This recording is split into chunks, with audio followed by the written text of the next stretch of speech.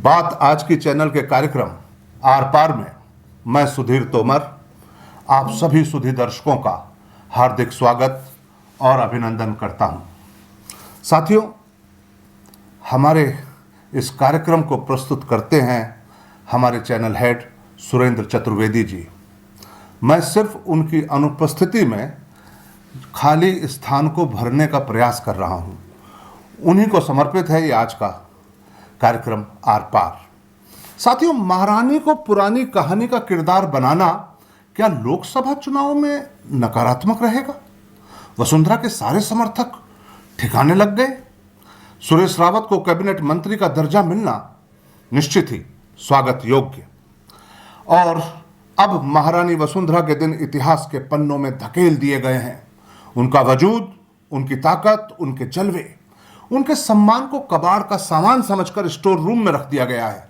उनके साथ जो सलूक हुआ वह तो हुआ, उनके समर्थकों को भी तहखाने का रास्ता दिखा दिया गया है।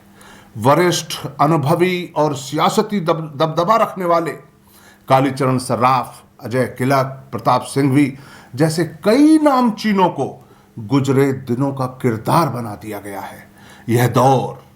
यह दौर मोदी और शाह की दिव्य शक्ति का दौर है।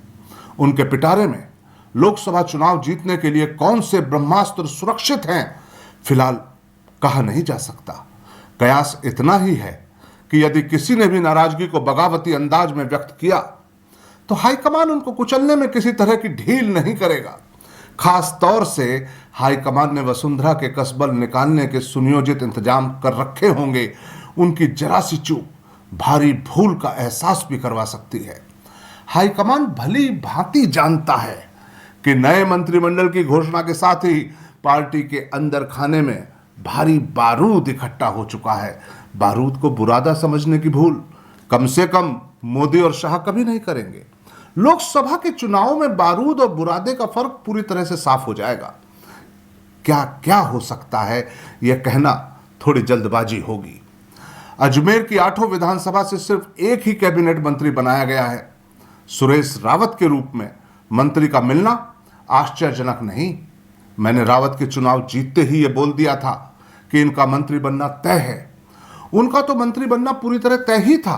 अब उनका स्वागत किया जाना चाहिए। हाँ, अनीता बघेल को लेकर अजमेर निराश है। शहरवासियों को उनके मंत्री बनने का पूरा यकीन था। जिस तरह से पहले मुख्यमंत्री के लिए उनका नाम चला, फिर उप मुख्यमंत्री पद के लिए बाकायदा उनके नाम को आरक्षित किया गया। एक बार तो मीडिया पर खबर भी चल गई, बाद में खबर असत्य निकली।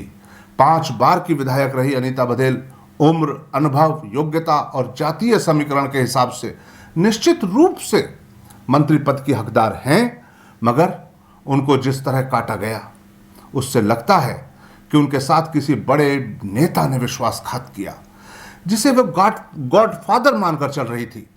जिनके लिए उन्होंने महारानी की नाव में सवार होने से मना कर दिया, उसी महान आत्मा ने उनकी जगह अपने किसी और खास को उपकृत करवा दिया। खैर, सच्चाई जो भी हो, अजमेर के लिए उनका मंत्री न बनना बेहद निराशाजनक माना जा रहा है।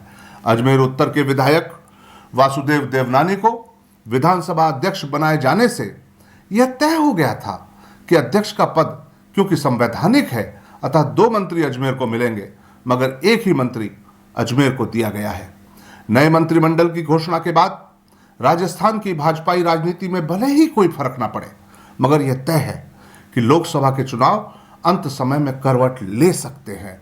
फिलहाल कुछ समय तक कोई उठापटक नहीं होने वाली, यह तय है। बहुत बहुत धन्यवाद। फिर मिलेंगे अगले सत्र।